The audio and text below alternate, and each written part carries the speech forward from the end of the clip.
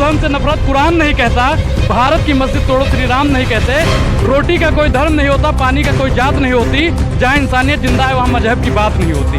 किसी को लगता है हिंदू खतरे में है, किसी को लगता है मुसलमान खतरे में है। इंसानियत की नज़र से देखिए साहब, मोदी और शाह की वजह से पूरा हिंदुस्तान खतरे में है।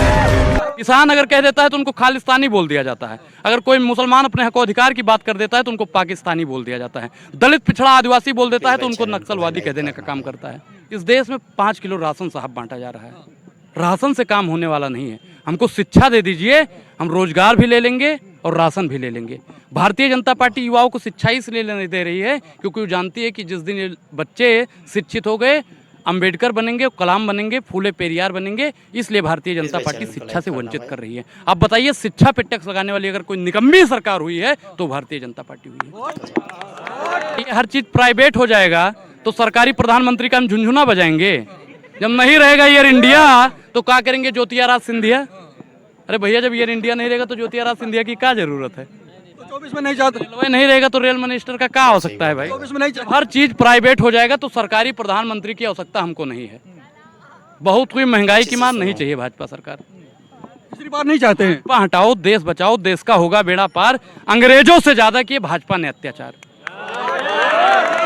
अंग्रेजों से ज्यादा अत्याचार। बिल्कुल। वो गुलाम था भाई, उस समय गुलामी की दिशा में हम लोग जी रहे थे। अभी तो स्वतंत्र है ना, बोल पा रहे हैं ना। तब हमारा देश गुलाम था, आज मानसिक रूप से गुलाम बना दिया गया है।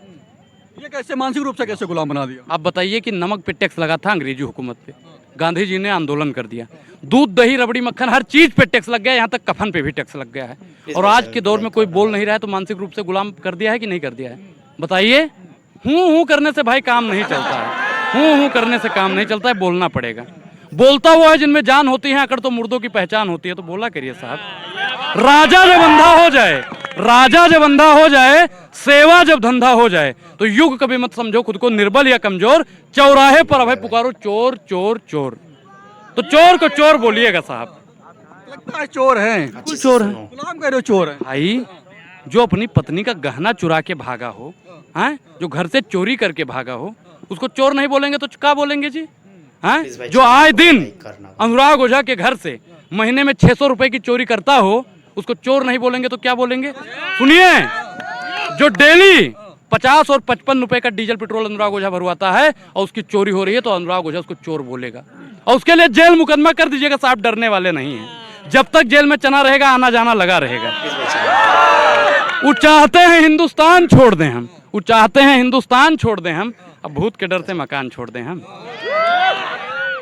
वो कहाँ चाहता है कि हिंदुस्तान छोड़ दे? भाई ब्राह्मण आदमी आपसे कहेंगे हिंदुस्तान छोड़ दें? अरे भैया, उनकी चलती नहीं है, वरना अब तक हमको चला दिए होते। समझ रहे हैं ना? वो तो अनुराग ओझा नाम है, आसिफ नाम होता तो अब तक पता नहीं अनुराग कहाँ पहुंच जाता। मोदी भी कान खोल के सुन ले, हर एक जुल्म का हिसाब लिया। जितना प्रताड़ना दी है आपने, हर एक जुल्म का हिसाब हो। जनता साथ है, कहाँ जुर्म कर रहे हैं, किसके साथ करें? भ्रष्टाचारियों को नहीं बख्शा जाएगा, भ्रष्टाचार के खिलाफ है हम, वही तो कर रहे हैं। बात की आप बताइए कि अजीत दादा भ्रष्टाचारी थे, हम नहीं कहते हैं, नरेंद्र मोदी जी कहा करते थे। ठीक, पार्टी में जो गए तो सदाचारी हैं भैया। हेमंत बिस्व शर्मा भ्रष्टाचारी हुआ करते थे, हम नहीं कहते हैं, जैसा का पापा ने बोला था। ठीक, और जैसे ही बीजेपी का पट्टा ओढ़ा तैसे वो सदाचारी हो गए।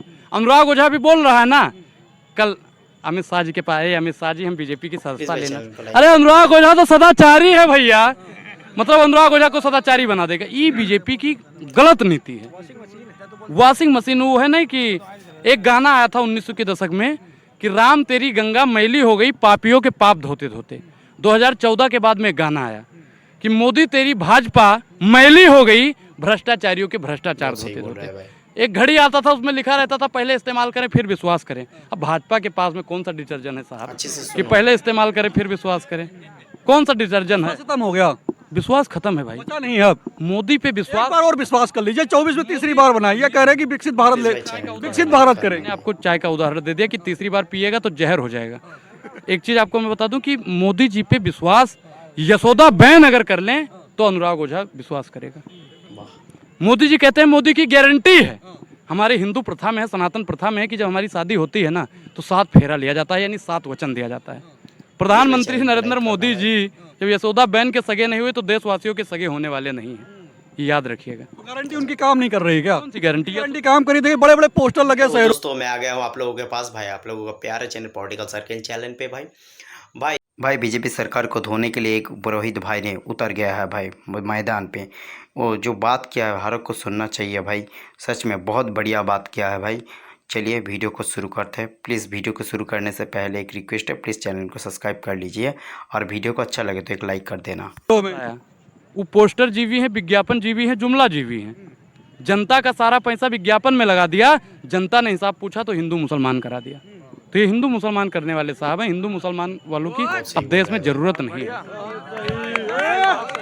नहीं होना चाहिए हिंदू मुसलमान, बिल्कुल नहीं। 24 में बिल्कुल नहीं होना चाहिए, बिल्कुल हिंदू मुसलमान के नाम पे वोट नहीं होना चाहिए 24 में। आपको बता दूं कि भारतीय जनता पार्टी के पास में विकल्प नहीं कि किन चीज़ों पर वो चुनाव लड़ेगी। भारतीय जनता पार्टी राम मंदिर, अरे राम मंदिर पे क्यों भाई राजनीति कर रहे हो? इससे पहले भी सरकारें थी, किसी ने धर्म पे राजनीति नहीं की। प्रधानमंत्री नरेंद्र मोदी के अंदर अगर हिम्मत है तो महंगाई पर चुनाव लड़ें, रोजगार पर चुनाव लड़ें, शिक्षा पर चुनाव लड़ें, स्वास्थ्य पर चुनाव लड़ें। हैं 24 में इसी मुद्दे पर चुनाव होगा। राम मंदिर तो अलग विषय था, वो तो आस्था का विषय था। एक चीज आपको कह रहे चुनाव इसी पे होगा। अगर प्रधानमंत्री नरेंद्र मोदी मंच से आके कह दें कि मैं विकास के नाम पर वोट लूंगा, हिंदू मुसलमान नहीं, मंदिर पे वोट नहीं चाहिए, तो अनुराग ओझा भारतीय जनता पार्टी के साथ में खड़ा हो जाएगा। बोले कि विकास पे वोट दीजिए, बोले कि हाँ अगर मैंने रोजगार दिया है तो ही वोट दीजिए, बोले कि अगर मैंने किसानों की आय दुगनी की है तो ही वोट दीजिए, बोले कि किसानों का कर्जा माफ किया है तो ही वोट दीजिए। अनुराग ओझा मोदी जी के साथ में खड़ा हो जाएगा। बोलिए, बोलेंगे मोदी जी, हवा निकल जाएगी साहब। जैसे गुब्बारा सुटक जाता है ना, ठीक उसी प्रकार भारतीय जनता पार्टी का गुब्बारा सुटक जाएगा।